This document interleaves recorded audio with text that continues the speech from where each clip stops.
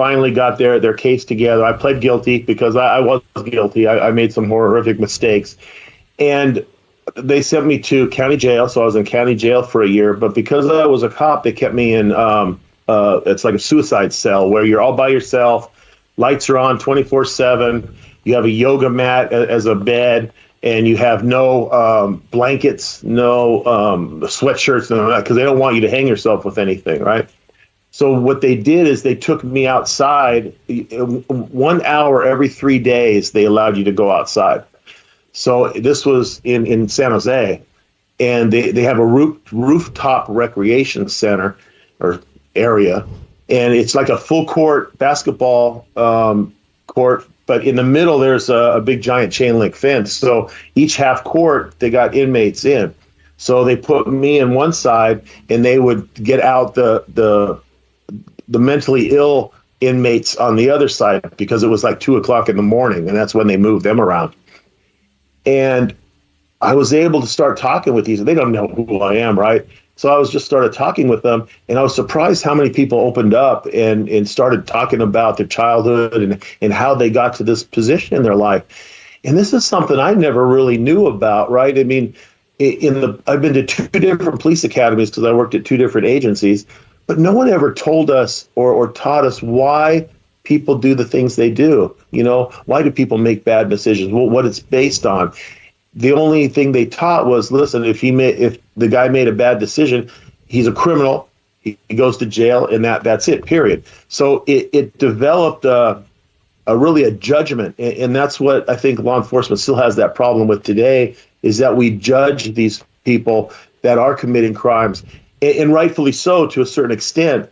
But there are some of those people that really probably deserve some mercy, and not justifying that having a bad childhood should cause you to be a criminal, but maybe rehabilitation or counseling for these guys would be more important than just throwing them into a jail cell for a year, 2, 3, 5, whatever the case may be.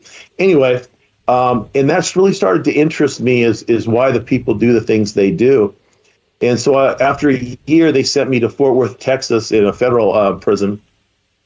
And the time when I got there, I got a job basically immediately in the chapel.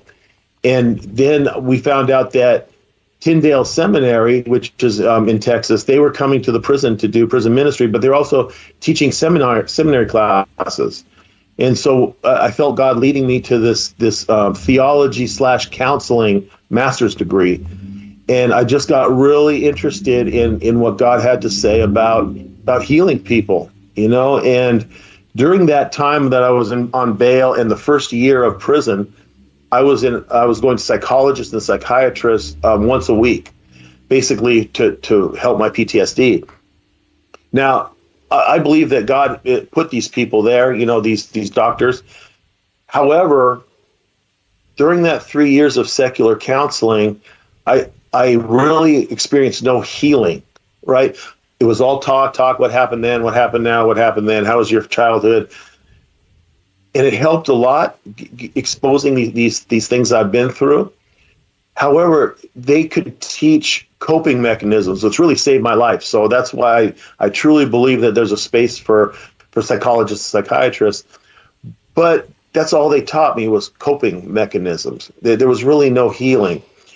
And as I started to take these classes, in the counseling class, I started to see, okay, these are the biblical principles that surround healing.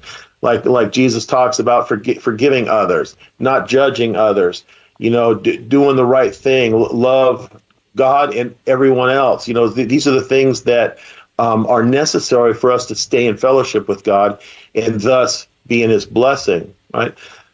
So when after I took classes and then I started to take get my doctorate in Christian counseling. And so when I wrote my dissertation, it was initially on first responder trauma and how we can heal that. And what it was based upon is the principles of the Bible that say how God, you know, promotes healing and the things that are obstacles to healing. And that turned into this book. Later on, I just made it towards everyone, because then I learned in prison that everyone is broken, really. I mean, everybody's been through at least one, if not a traumatic event, at least an overwhelming life event.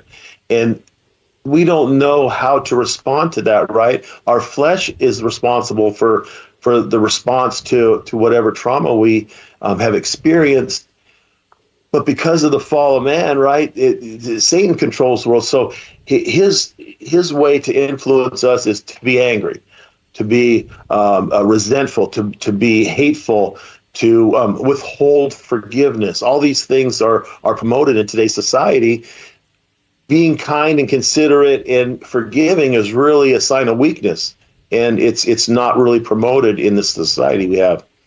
So when I saw that, I realized that maybe I should write this book, because after doing this program, I don't even know what to call it, a process program. I don't like calling it steps, but once you get through, when I confessed and repented for all the sinful responses that I made towards my woundings, I haven't had a PTSD negative symptom now for almost 14 years. It's just been amazing how God healed me. So he healed my daughter, and he healed me, and I felt him put it on my heart. Hey, when it's time to get out, this is what I want you to do. I want you to start teaching this so that